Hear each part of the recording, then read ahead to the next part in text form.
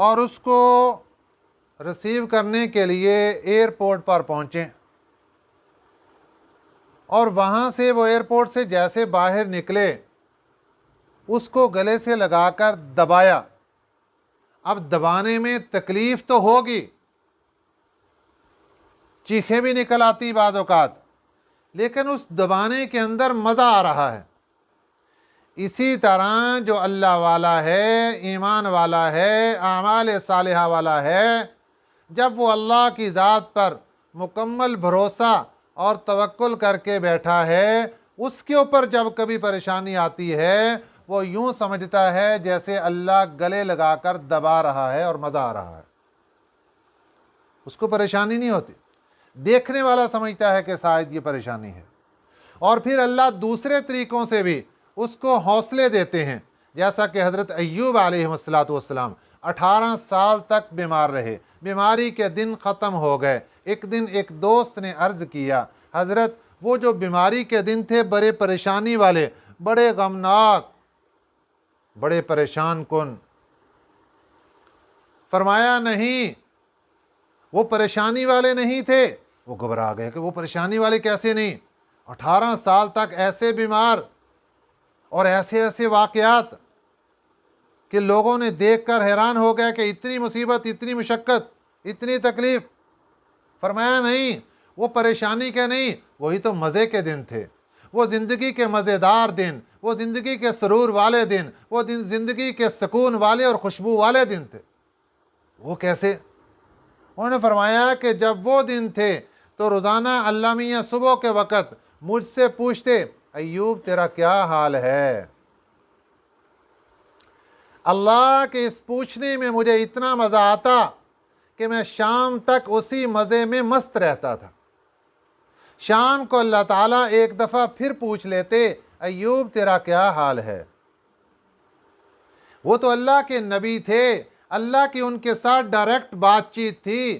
اب جو بندہ اللہ کا ولی ہوگا اس کے اوپر وحی تو نہیں آئے گی، اللہ ڈائریکٹ بات تو نہیں کریں گے، لیکن ان اللہ مع الصابرین، اللہ کی ذات صبر کرنے والوں کے ساتھ ہے، اللہ کی مدد اس کی پشت پر اور اس کے کندھے پر کھڑی ہوگی، اس کو پریشان نہیں ہونے دیں گے اللہ کی ذات۔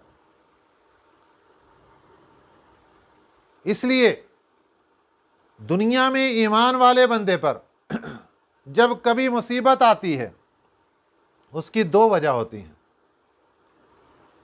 ایک وجہ یہ ہوتی ہے اس سے کوئی گناہ، کوئی غلطی ہو گئی، اللہ چاہتے ہیں اس کی سزا اس کو چھوٹی موٹی دنیا میں دے کر اس کو بری کر دیا جائے اور آخرت میں اس کو آزاد کر دیا جائے، اس لیے اللہ تعالیٰ اس کو دنیا میں چھوٹی موٹی سزا دیتے ہیں، آخرت میں بری کر دیتے ہیں۔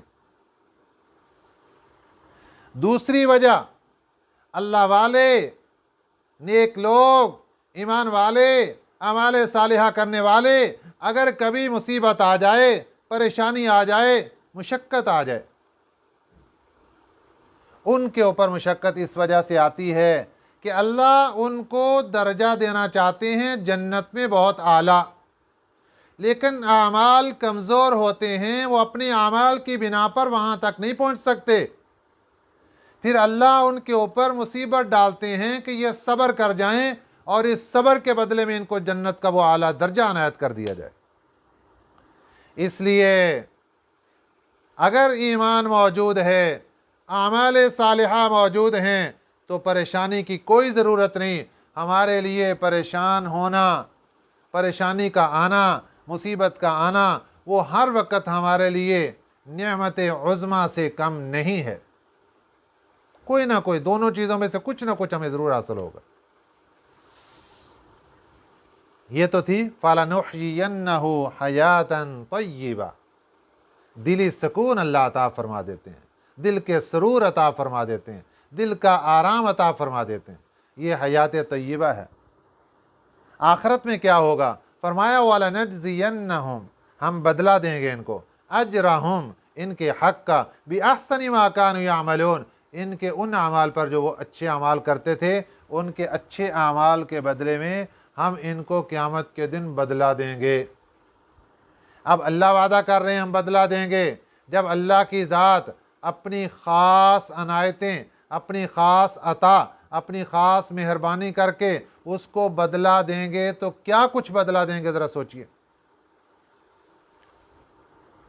اس لیے فرمایا میرے آقا صلی اللہ علیہ وسلم نے، قیامت کا دن ہوگا، وہ لوگ جن کے اوپر دنیا میں مصیبتیں، تکلیفیں، پریشانی آتی رہیں، جب اللہ ان کو قیامت کے دن بدلے عطا فرمائیں گے، اس انداز سے بغیر حساب و کتاب کے اللہ بدلے دیں گے، انعامات بانٹیں گے، نوازیں گے، اتنا نوازیں گے کہ دنیا دار دیکھ کر یہ کہہ اٹھیں گے، کاش کہ ہمارے جسموں کو کینچیوں سے کاٹ دیا جاتا، ہم بھی صبر کرتے، آج ہمیں بھی یہ بدلہ مل جاتا جو ان لوگوں کو مل رہا ہے۔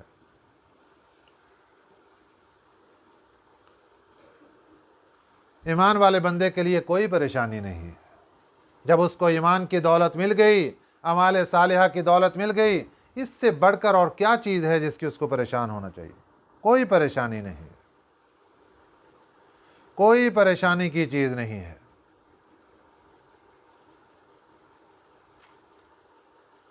دیکھیے دنیا کے اندر ایک آدمی ہو جو تاجر ہے، تجارت کرنے کے لیے اس کو دوسرے ملکوں کے سفر بھی کرنے پڑتے ہیں، تھکاوٹ سے چور و چور ہو جاتا ہے، لیکن اس کے سامنے ٹارگٹ کے اندر ایک پیسہ ہے، وہ پیسے کا ٹارگٹ لے کر جب چلتا ہے اس کو تکلیف کچھ بھی نہیں کہتی۔ ایک زمیندار اور کسان کو دیکھ لیں، راتوں کو اٹھ اٹھ کے پانی لگاتا ہے زمینوں کو، دن کو بھی کھیتوں میں کام کرتا ہے، تھکاوٹ سے چور و چور نظر آتا ہے، پسینے سے شرابور نظر آتا ہے، لیکن یہ سب کچھ وہ برداشت کرنے کے لیے تیار ہے۔ اس کو پتہ ہے 3 مہینے 5 مہینے کے بعد مجھے فصل سے اتنا زیادہ پیسہ آنے والا ہے۔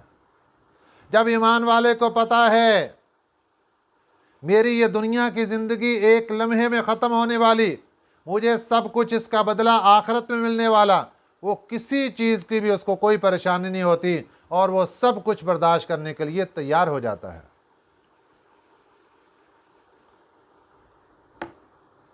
اس کے بعد اللہ تعالیٰ نے قرآن پاک کی تلاوت کے آداب بیان فرمائے۔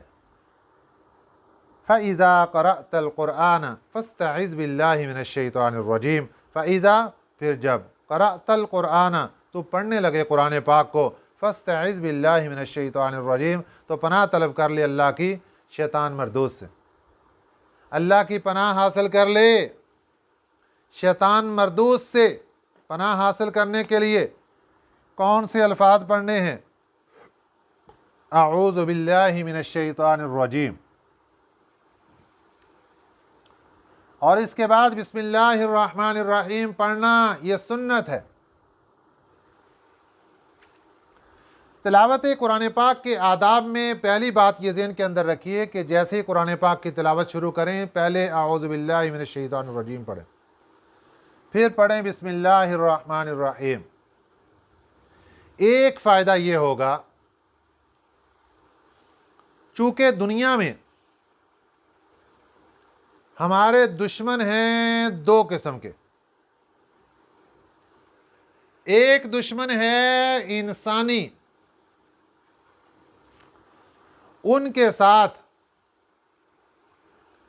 اللہ تعالیٰ نے جہاد کے ذریعے مقابلہ کرنے کو حکم فرمایا۔ دنیا کا انسان دشمن، جہاد کے ساتھ مقابلہ کرو۔ اور دوسرے نمبر پر ہے شیطان دشمن۔ اب چونکہ انسان دشمن نظر آتا ہے، جہاد کے ذریعے اس سے مقابلہ کرنا آسان، شیطان دشمن نظر نہیں آتا، اس کے ساتھ جہاد سے مقابلہ کرنا آسان نہیں، نظر ہی نہیں آ رہا، تو اللہ نے فرمایا اس کا مقابلہ کرو اعوذ باللہ من الشیطان الرجیم پڑھ کر، اللہ کی پناہ میں آ جاؤ، اللہ سے مدد طلب کر لو۔ جب اللہ کی پناہ میں آ جائیں گے، شیطان بھاگ جائے گا، شیطان پریشان نہیں کرے گا۔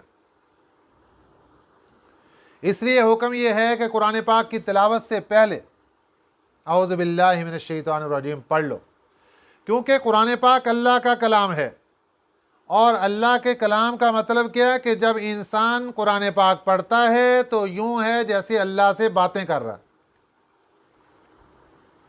تو شیطان کبھی نہیں چاہتا کہ انسان اللہ سے باتیں کرنی شروع کر دے، اللہ سے باتیں کرے گا، اللہ کا دوست بن جائے گا، اللہ اس کو معاف کر دیں گے، جنت میں بھیج دیں گے۔ شیطان تو کبھی نہیں چاہے گا، اس لیے شیطان چاہے گا اس کو دور کیا جائے۔ تو اس دوری سے، شیطان سے بچنے کے لیے کیا حکم آ گیا؟ فَإِذَا قَرَأْتَ الْقُرْآنَ فَاسْتَعِذْ بِاللَّهِ مِنَ الشَّيْطَانِ الرَّجِيمِ، اور اس کے بعد بسم اللہ الرحمن الرحیم پڑھنا سنت، وہ پڑھ لی جائے۔ دوسری ایک توجیہ علماء اکرام نے یہ لکھی ہے کہ جیسے ایک بندہ مکان بناتا ہے، مکان بنا کر اس نے ایک قلعہ تیار کر لیا اپنے دشمن سے حفاظت کا، تو قرآن پاک پڑھنے سے پہلے تعوذ پڑھنا، اعوذ باللہ من الشیطان الرجیم پڑھنا، یہ ایک مکانی قلعہ بن گیا جس کے اندر یہ محفوظ ہو گیا۔ اب اس کے بعد مکان بننے کے بعد پھر اس کے اندر خوبصورتیاں، رنگ و روغن اور زینت، اس کو چمکایا جاتا ہے۔ تو بسم اللہ الرحمن الرحیم پڑھ کر انسان اپنے آپ کو چمکاتا ہے، اللہ کی رحمت سے مزین کرتا ہے، خوبصورت کرتا ہے۔ اس لیے دونوں چیزیں پڑھنی ضروری ہیں۔ اور ایک مسئلہ یہاں پر یاد رکھیں کہ بہت سے لوگ قرآن پاک کے علاوہ بھی کوئی بات کرنے لگتے ہیں تو وہ سٹارٹ کرتے ہیں اعوذ باللہ من الشیطان الرجیم، بسم اللہ الرحمن الرحیم۔ یہ درست نہیں ہے۔ قرآن پاک کی تلاوت کے لیے یہ دونوں چیزیں ضروری ہیں۔ ہاں، الگ کسی بھی وقت اگر کسی کو خوف زیادہ آ رہا ہے تو اعوذ باللہ من الشیطان الرجیم پڑھنا ٹھیک ہے۔ کسی کو غصہ بہت زیادہ آ رہا ہے، اعوذ باللہ من الشیطان الرجیم ٹھیک ہے، بالکل پڑھنے کی اجازت ہے۔ لیکن ساتھ اس کے ملا کر، اسی طرح کھانا شروع کر رہے ہیں بسم اللہ الرحمن الرحیم، کوئی بھی اچھا کام کر رہے ہیں بسم اللہ الرحمن الرحیم۔ اب الگ الگ اپنے مقام پر تعوذ بھی پڑھ سکتے ہیں، تسمیہ بھی پڑھ سکتے ہیں، لیکن ان دونوں کو جوڑ کر اکٹھا کرنا یہ قرآن پاک کی تلاوت کا خاصہ ہے۔ اس کے علاوہ کسی جگہ پر ان دونوں کو اکٹھا نہیں کیا جائے گا۔ تعوذ اور تسمیہ یہ صرف قرآن پاک کے لیے۔ اور ایک اور مسئلہ یاد رکھیں، قرآن پاک کی تلاوت کرتے ہوئے درمیان میں کبھی اگر بات کرنے کی ضرورت پیش آ گئی، گھر میں کوئی ضرورت پیش آ گئی، کوئی فون آ گیا، کوئی اور معاملہ ہو گیا، کسی کو کوئی بات سمجھانی پڑ گئی، تو درمیان میں بولیں گے تو دوبارہ تلاوت شروع کرتے وقت پھر اعوذ باللہ من الشیطان الرجیم اکیلا پڑھیں گے، بسم اللہ نہیں پڑھیں گے ساتھ۔ اب تعوذ کے ذریعے سے شیطان کی حفاظت، اللہ تعالیٰ کی طرف سے حفاظت مل گئی شیطان مردود سے۔ اس کے بعد اللہ تعالیٰ نے 2 آیتوں میں یہ بیان کر دیا کہ شیطان کا وار کس کس پر چلتا ہے۔ فرمایا انہ لیس لہ سلطان، بے شک وہ شیطان نہیں ہے اس کا کوئی زور، سلطان ان کا معنی زور، علی الذین ان لوگوں پر، آمنوا جو ایمان والے، جو ایمان والے ہیں ان پر شیطان کا کوئی زور نہیں ہے، وعلی ربہم یتوکلون، اور وہ اپنے رب پر بھروسہ رکھتے ہیں۔ جس کا اللہ کی ذات پر جتنا توکل مضبوط ہوگا اتنا شیطان اس سے دور ہوگا، اور جتنا اللہ کی ذات پر توکل کمزور ہوگا شیطان اس کو زیادہ پریشان کرے گا۔ شیطان بہت پریشان کرتا ہے۔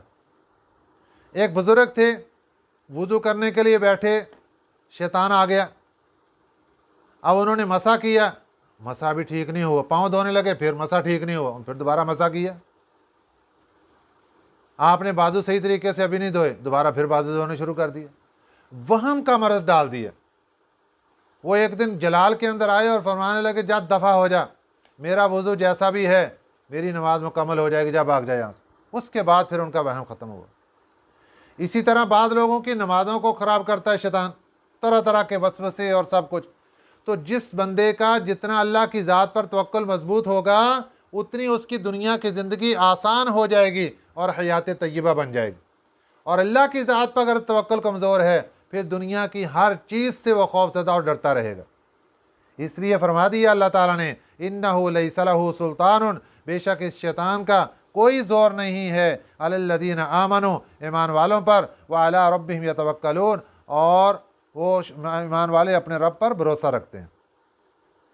انما سلطانہ بے شک اس کا زور علی الذین ان لوگوں پر ہے یتولونہ جو اس کو دوست سمجھتے ہیں، جو اس کو رفیق سمجھتے ہیں، والذین ہم بہ مشرکون اور وہ اس کو شریک مانتے ہیں۔ دوست کون سمجھتا ہے؟ جو شیطان کی بات مانے گا دوست سمجھے گا اس کو۔ جیسا کہ روایات کے اندر یہ بات آتی ہے کہ صبح جب انسان اٹھتا ہے تو ایک شیطان اور ایک فرشتہ اس کے پاس آتا ہے صبح کے وقت میں۔ فرشتہ چاہتا ہے انسان وضو کر لے، نماز پڑھ لے، قرآن پاک کی تلاوت کر لے تاکہ میں اس کا دوست بن جاؤں، اور شیطان چاہتا ہے نہ سو جا، ابھی تو سونے کا ٹائم ہے، تھوڑی سی اور نیند لمبی کی، سورج نکل آیا، اٹھا، نہ نماز پڑھی، نہ وضو کیا، نہ قرآن پاک کی تلاوت کی، کچھ بھی نہیں، روٹی پانی کھایا اور کام کرنے چلا گیا۔ شیطان اس کا دوست بن جاتا ہے اور سارا دن شیطان اس کا ہم نشیں اور دوست بن کے رہتا ہے اس کے ساتھ۔ اب آپ اندازہ لگائیں جس نے شیطان کو دوست بنا لیا، اصل تو یہ آیت مبارکہ ہے کافروں کے لیے، لیکن ایک مسلمان بندے نے بھی شیطان کو اپنا دوست بنا لیا تو وہ پڑھے اس کو انما سلطانہ علی الذین یتولونہ۔ اللہ قرآن میں فرما رہے ہیں اس شیطان کا زور ان لوگوں پر چلتا ہے یتولونہ جنہوں نے اس کو دوست سمجھ رکھا ہے، والذین ہم بہ مشرکون اور وہ اس کو شریک مانتے ہیں اللہ تعالیٰ کا۔ اللہ تعالیٰ ہمیں صحیح سمجھ نصیب فرمائے اور اللہ تعالیٰ ہمیں ان تمام باتوں پر عمل کرنے کی توفیق عطا فرمائے، آمین۔ وما علینا الا البلاغ المبین۔